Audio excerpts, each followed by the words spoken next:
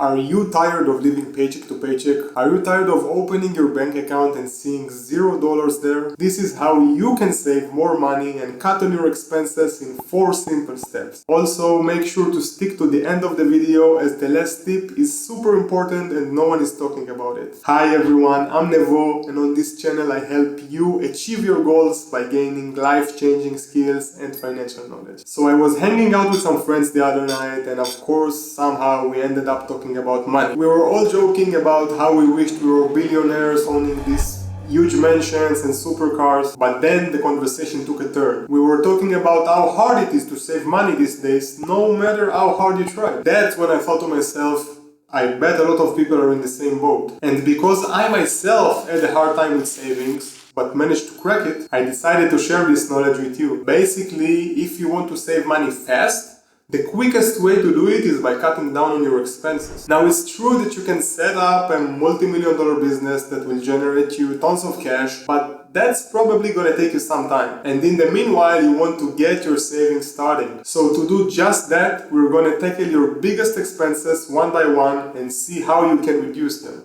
Let's start with the biggest one out there: housing. According to a 2022 study, the average monthly housing expense for a single person in the US is $3,189. That's almost $40,000 a year. Now that is just the average, so you might be paying more than that or less than that, but no matter what, this is probably your biggest expense. And there are a couple of things you can do to cut it down. First of all, if you're living by yourself, you can either get a roommate or you can rent the extra room on Airbnb. That alone can cut your housing expenses in half and can save you up to $1,500 a month. Another thing you can do is to negotiate your bills with your providers, like for example internet or cable. I personally reduced 30% off of my entire bills just by picking up the phone, calling the whatever provider it is, and telling them that I'm going to move to the competitors. As a last resort, and if possible for you, you can consider moving in with your parents. This will cut on almost all of your housing expenses, and if you're lucky enough to be able to do so, you will save big time. To sum it up, just in housing, you can easily save more than $1,000 every month. After housing, our second biggest expense is transportation.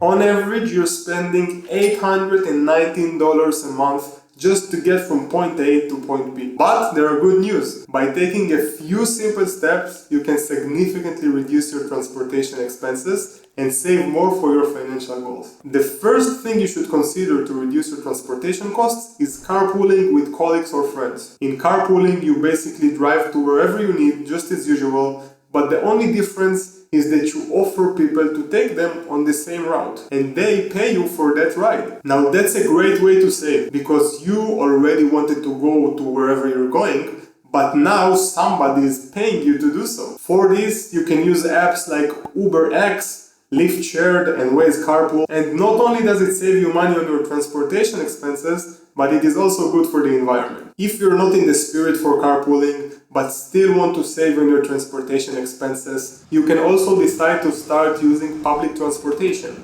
like buses or trains, which are a more cost-efficient way to get from A to B. If you do need to drive a lot and you don't want to use public transportation, consider buying a fuel-efficient car, as it will highly reduce your gas costs and your overall transportation expenses. Another great tip that is worth mentioning is using a bicycle to get around. Not only is it cost efficient, but it is also good for your health. By using bicycle for short trips, you will save on gas, maintenance, parking, plus you will get some fresh air and an exercise, which is a double win for your health and for your wallet. By taking these simple steps, you can easily save more than $300 a month just on your transportation expenses, bringing us to a total savings of $1,300 a month. Before moving on, if you like this video so far and you want to get more content like this with real value, make sure you hit the like button and subscribe to the channel so you won't miss any future uploads. Back to the money. Do you know that feeling when it's late at night, you're after a long and exhausting day,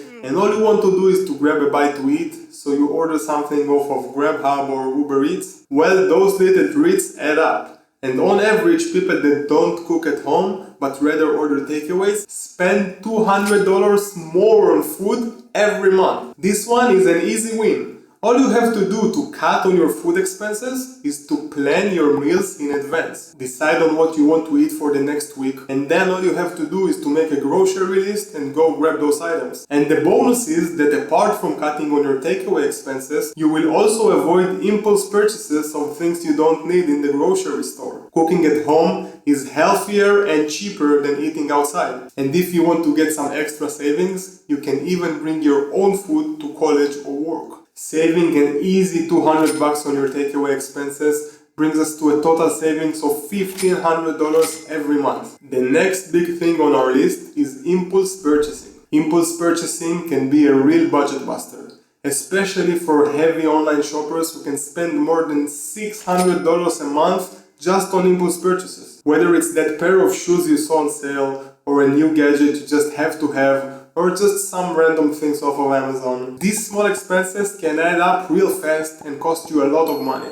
Now, at least for me, I know that it happened countless times where I decided to buy something that I really wanted at the moment, only to end up never using it after I got it, and end up having it laying at some drawer. To reduce impulse purchases, it's important to be mindful of your spending habits. Before making a purchase, take the time to really think, do I really need that item? Will I really use it, or will it just end up laying at the drawer? Now here, there are two things that can really help you avoid those impulse purchases. The first one is that even if you decided that you want to buy something, wait with it. And if in a couple of days you still think you need it, then you can go ahead and buy it. Many times you will find out after a couple of days that you don't really need this thing, and you will end up not buying it. The second tip to avoid impulse purchases is unsubscribing from all of those sales newsletters. Usually those come into your inbox with great offers for products you never wanted, and if you have the tendency for impulse purchases, you can find yourself buying things you never wanted. By cutting out on impulse purchases, even without being a heavy online shopper, you can easily cut $50 a month, bringing us to a total savings of $1,550 a month.